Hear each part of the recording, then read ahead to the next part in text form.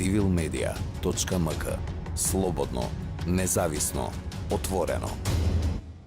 Со оглед на тоа дека сме во здравствена криза, колку успеа невладините организации, освен ЕВИФИС што ви даде поддршка и финансиска, меѓутоа и поинаква, да учествуваат во вашите активности и да ви помогнат во вашата работа за време на предвремените парламентарни избори? Па за жал оваа година соработката со невладините ни беше во помал обем во однос на претходните избори, председателски избори. Баш во тој период кога започна изборната кампања, имаше ситуација кога вработени во секретаријатот беа позитивни на COVID-19 и дел од нас бевме во самоизолација, така што по голем број од активностите ги вршевме од дома. Присуството не ни беше многу јака страна во просториите на ДКСК, меѓутоа успеавме да се организираме и да ги завршиме нашите надлежности во рокови согласно нашиот закон. Прв пат имавте прилика да имате ваши наблюдувачи за политичко финансирање, па како сте задоволни од искуството? Дали даде резултати на еден ваков поинаков начин на мониторирање на политичкото финансирање? За прв пат јас сум лично задоволна од ефектот што го постигнавме. Во прв момент имаше мала, не да речам одбивност, меѓутоа така како резерва од учесниците во изборната кампања, во смисла кои сте, што сте, кој ви дал надлежност, имало такви прашања на наблюдувачите, меѓутоа од кога се објасни, има наша дозвола дека се во наше име ги наблюдуваат изборите, така што понатаму наблюдувачите ми известуваат дека имаат позитивен став од учесниците, дури им се понудиле и за помош, ако им треба со некои податоци да бидат снабдени, обезбедени, да им бидат доставени и ред други работи. Сметам дека фактот што ни се погоди короната и што бевме во изолација не ограничи малку поактивно да ги следиме наблюдувачите. Можда ќе имавме и подобри резултати. Меѓутоа како за прв пат јас сум задоволна, тоа што го обезбедивме е солидно и ќе биде добро за проверка на финансиските извештаи од страна на Државниот завод за ревизија.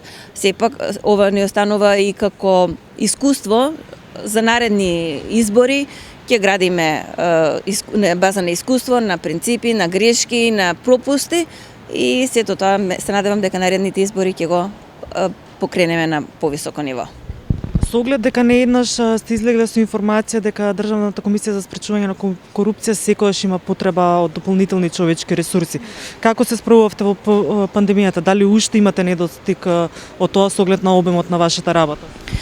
За жал, ситуацијата е непроменета. Бројот на вработени лани се зголеми за 3 нови вработени. Ситуацијата не е променета. Во текот на вонредната состојба дел од вработените поради мерките што беа предвидени како родители на мали деца беа дома. Значи, ни беше годината стварно тешка, меѓутоа се надеваме дека со овој буџет, со овие планови во текот на наредната година веќе ќе започнеме интензивно да регрутираме нови лица, ќе го зајакнеме капацитетот на секретаријатот и ќе бидеме малку поспремни за наредните избори. Уште едно прашање, доколку ми дозволите, министерот за правда Марички неодамна најави дека се во тек подготовки за работна група која што ќе заработи на изборни реформи. Со оглед на тоа дека формално се уште не е започнат процесот, па ме интересира освен овие препораки што ги имате во однос на политичкото финансирање, што уште би препорачале како ДКСК, доколку јас претпоставувам ќе бидете дел од таа работна група? Па се надевам и јас дека ќе бидеме вклучени во таа работна група. Нормално, ова се, како се минува законот, така се појавуваат проблеми во негово спроведување. Овие системски слабости што ги истакнуваме во овој извештај се на основа на овие проблеми што сме ги нашле ние во нашето постапување.